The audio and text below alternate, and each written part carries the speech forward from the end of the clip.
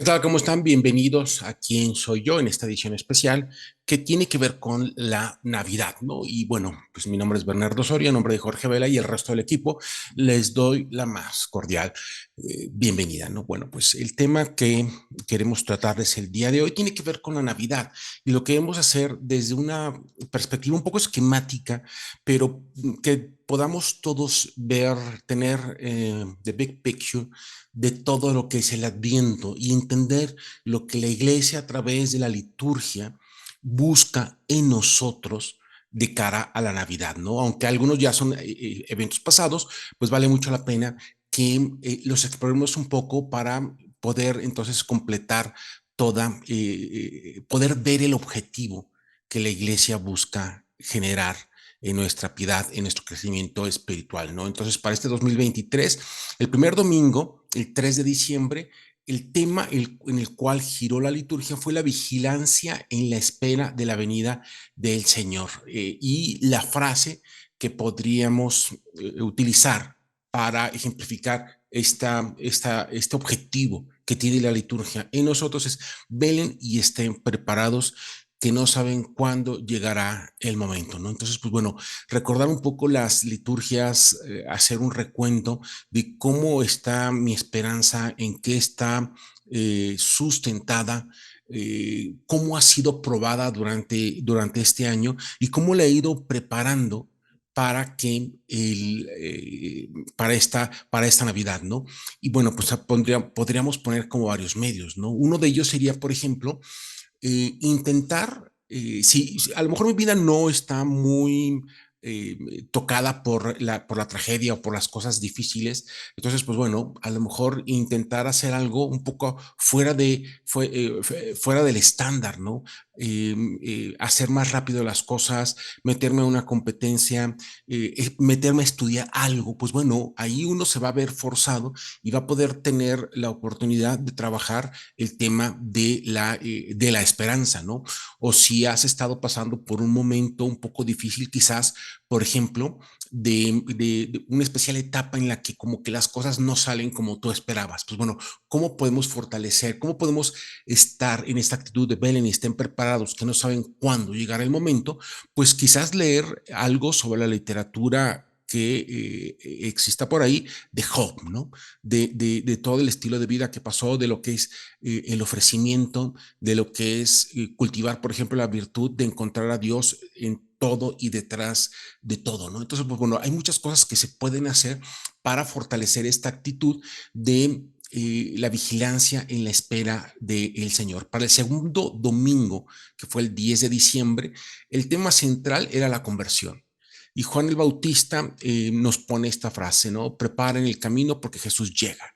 Entonces, pues bueno, esta parte de la conversión es desde una perspectiva como muy humana. Juan el Bautista es el primer lleno del Espíritu Santo, pero que esa gracia no es que produzca de manera mágica cosas en él, sino el amor por parecerse a Cristo. Y cuando surge eso en Juan, aunque no sabía que era su primo al que tenía que parecerse, pues bueno, la gracia le fue configurando el hombre en el que se tenía que convertir, ¿no? Entonces trabajó mucho la dimensión humana, se preparó para predicar, eh, retaba al cuerpo, metiéndolo en el tema del ayuno, vivía con poco, con lo suficiente, no tomaba más de lo que tenía que tomar, dominaba lo que hasta ese momento se tenía conocimiento de lo que eran los aspectos como religiosos de la época. Entonces, Juan se preparó hasta donde pudo, en lo que humanamente pudo, para la venida del Señor. Y bueno, ¿y cómo lo estoy haciendo yo, no? Mi preparación intelectual, cómo estoy cuidando el cuerpo, que es templo del Espíritu Santo. Quizás, pues bueno, es el momento de hacer una lista y decir a cuántas personas tengo que pedirle una disculpa, ¿no? A lo mejor aparece solamente una, bueno, prepárate, pide una disculpa y de alguna manera estás contribuyendo para este camino que es la venida del Señor, ¿no? Desde el punto de vista del tema de la conversión, la formación intelectual, tanto en aquello que tú haces en la vida cotidiana, como también en temas de fe, pues no es un mal comienzo dar pasos para fortalecer tu formación intelectual desde el punto de vista religioso, pero también tu formación intelectual desde el punto de vista de a lo que te dedicas.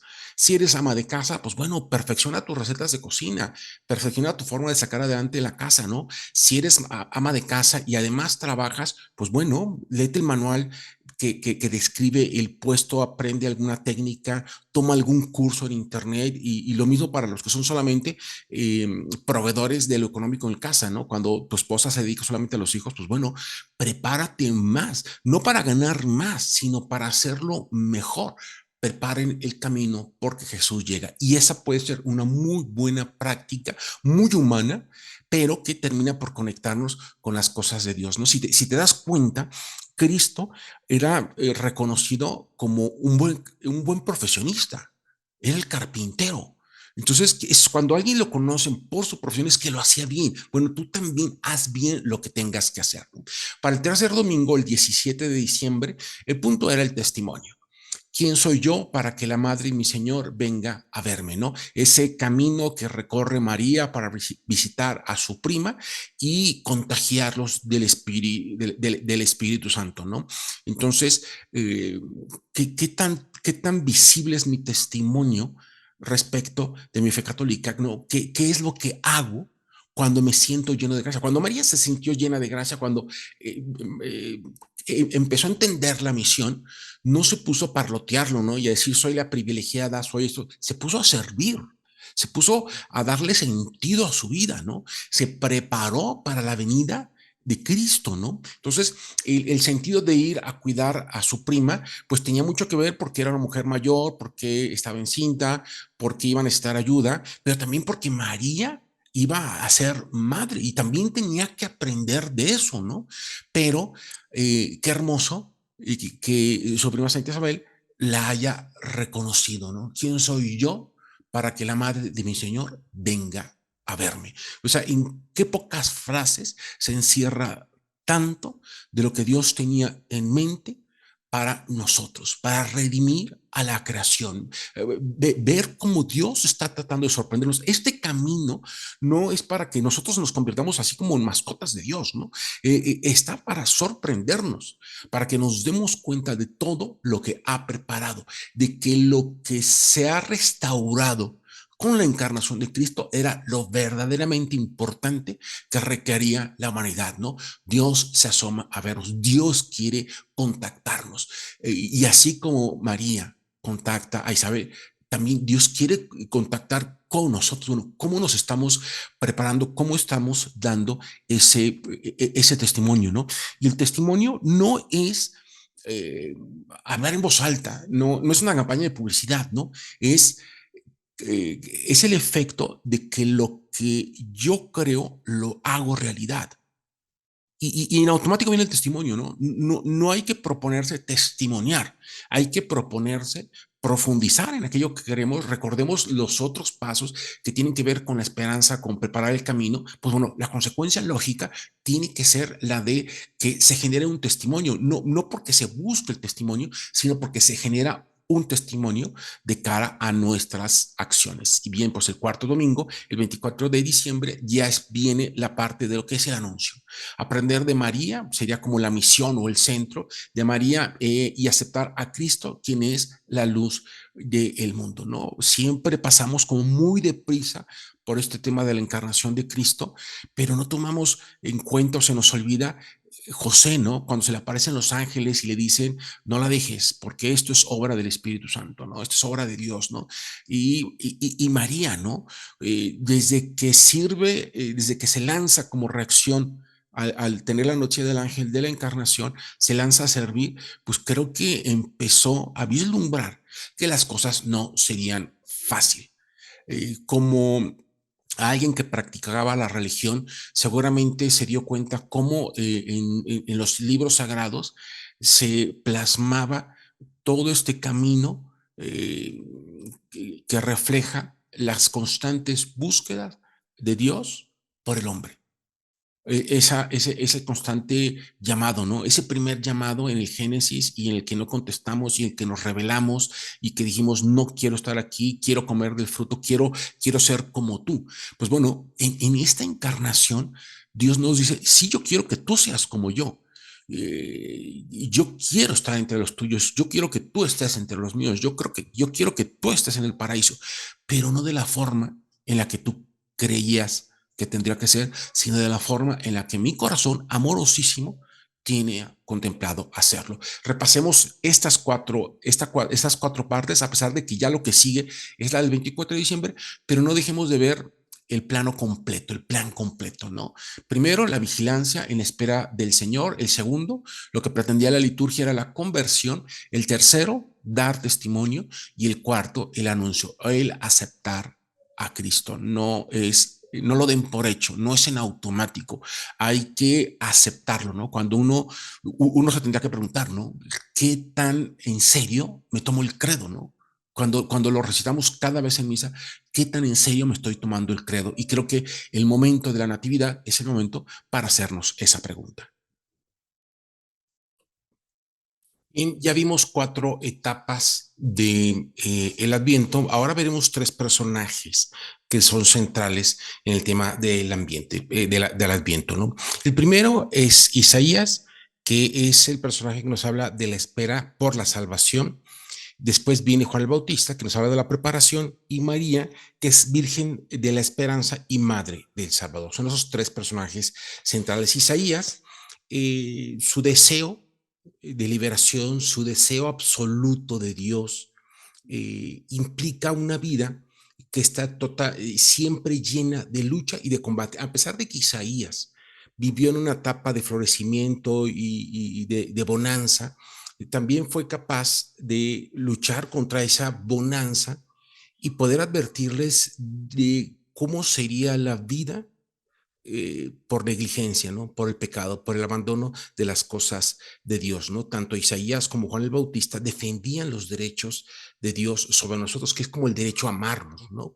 Entonces, en ese sentido, Isaías tiene es un visionario, es un profeta, claro, evidentemente, ¿no? Pero es un visionario poseído por el Espíritu Santo, ¿no? Y cuando ese aspecto, ese carisma visionario es orientado por el Espíritu Santo, entonces genera una tranquilidad enorme y una espera inquebrantable. Así era la actitud de Isaías. No le quebrantó ni un futuro doloroso para el pueblo de Dios, ni tampoco las riquezas en las que vivía. Ninguna de esas dos cosas, que fue el entorno en el que él vivió, eh, le quebrantó, ¿no? Pero también dijo, todo esto, a pesar del corazón roto, del quebranto, eh, este pueblo será unido por el nacimiento de Jesús, ¿no? Y Bautista, Juan el Bautista, es el personaje de la preparación, ¿no?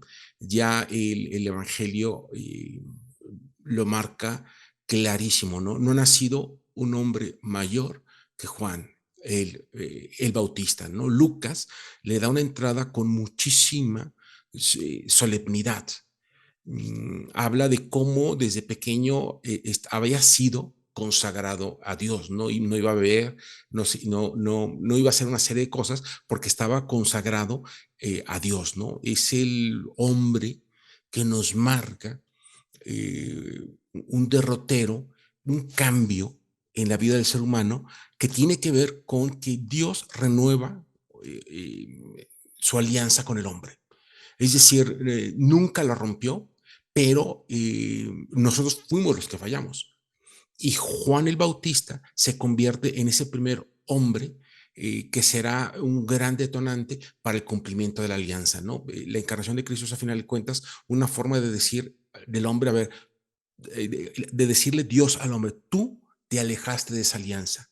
El que va a dar pasos para acercarse a tu realidad y para convertir esa realidad en parte de la alianza soy yo. Entonces incorpora a su dimensión humana el dolor y el sufrimiento, ¿no? Y la muerte de Juan tiene que ver siempre con defender ese derecho de Dios, ¿no? Por ir en contra del pecado, ¿no? Ni siquiera el pecado de él, ¿no? Sino el pecado de otros, ¿no? Lo que Juan defendía era el derecho que Dios tenía de amar a